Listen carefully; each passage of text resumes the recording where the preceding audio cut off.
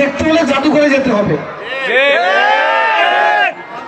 কারণ নৌকা ছিল, যেই নৌকার ছবি আমরা নির্বাচনী পোস্টারে দেখেছি, ওই নৌকা কিন্তু এখন নাই বাংলাদেশে কোথাও।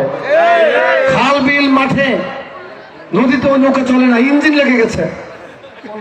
ওই নৌকা দেখতে হলে জাদুঘরে যেতে হবে। লাঙ্গল দেখেছি, লাঙ্গল তো এখন নাই, ট্রাক্টর চলে এসেছে, পাওয়ার টিলার চলে এসেছে। লাঙ্গল দেখতে হলে জাদুঘরে যেতে হবে। দাঁড়িপাল্লা ওজনে কম বেশি দেওয়া নেওয়ার কারণে, অর্থাৎ এক ধরনের চুরির কারণে দাঁড়িপাল্লার প্রতি মানুষ আস্থা হারিয়েছে। ডিজিটাল ওয়েইং মেশিন এসেছে এখন।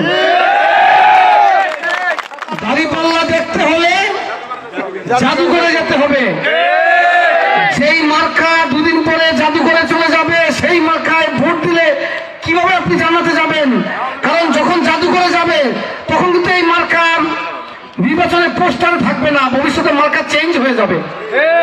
তখন মুসলমানদের কি হবে? অনেক নির্বাচনী আসনে কিন্তু এই মার্কা নাই। ওই এলাকার মুসলমানদের বেঁচতে যাওয়ার উপায় কি? অনেক দেশও তো এই মার্কা নাই। সৌদি আরবে কি আছে এই মার্কা? তো ওই সৌদি আরবের লোকজন বেঁচতে যাবে না, কেমনে যাবে? ওরা মনে করে যে এই মার্কায় ভোট দিলে নাজাত পাওয়া যাবে। এরা জানে যেটা মিথ্যাচার, মুনাফিকি। ওরা হলো মুনাফিক। ওদের কথা বিভ্রান্ত হবেন না, কারণ ৭১ সালে আমাদের কম বয়সী মা বোনদেরকে ওরা পাক বাহিনীর হাতে তুলে দিয়েছিল। মা বোনদের ইজ্জতের কোনো দাম তখন ওদের কাছে ছিল না। হঠাৎ করে ওরা অনুভব করলো এদেশের মা বোনদের তো দাম আছে। দাম কত? ১,০০০, ২,০০০, ৫,০০০ টাকা দিয়ে কিনতে চায়। ওরা হচ্ছে অর্বাচীন, ওরা হচ্ছে মুনাফিক। ওরা জানে না মা বোনদের সম্মান টাকার অঙ্কে পরিমাপ করা যায় না। আমাদের মা বোনদেরকে ১,০০০ তো দূরের কথা, কোটি টাকা দিয়েও ওরা কিনতে পারবে না।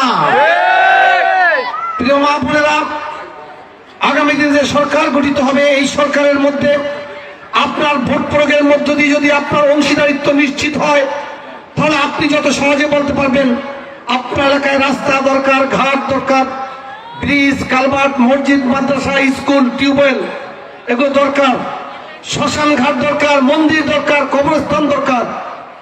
আপনি যদি ভোট না দেন এভাবে দাবি করতে পারবেন? এজন্য আপনারা দয়া করে ধানের শীষ প্রতীকে ভোট দিবেন। আপনাদের যে অবকাঠামোগত উন্নয়ন প্রয়োজন, এগুলো ইনশাআল্লাহ ধারাবাহিকভাবে আমরা করে দিব। পাশাপাশি এই এলাকা থেকে সভাপতি চরপেশর মন্ত্র থেকে আমরা চাঁদাবাজ, দখলদার, দুর্বৃত্ত, মাদক ব্যবসায়ী, তারপরে সন্ত্রাসী, চিহ্নিত সন্ত্রাসী, চোর ডাকাত, এদেরকে আমরা নির্মূল করতে চাই। আপনি কি রাজি আছেন? যদি রাজি থাকেন তাহলে আজকে থেকে সাহস সঞ্চয় করুন, ঐক্যবদ্ধ হন। ১২ তারিখ পর্যন্ত এদেরকে আমরা সুযোগ দিলাম। ১২ তারিখের পরে এদেরকে ধরে পুলিশ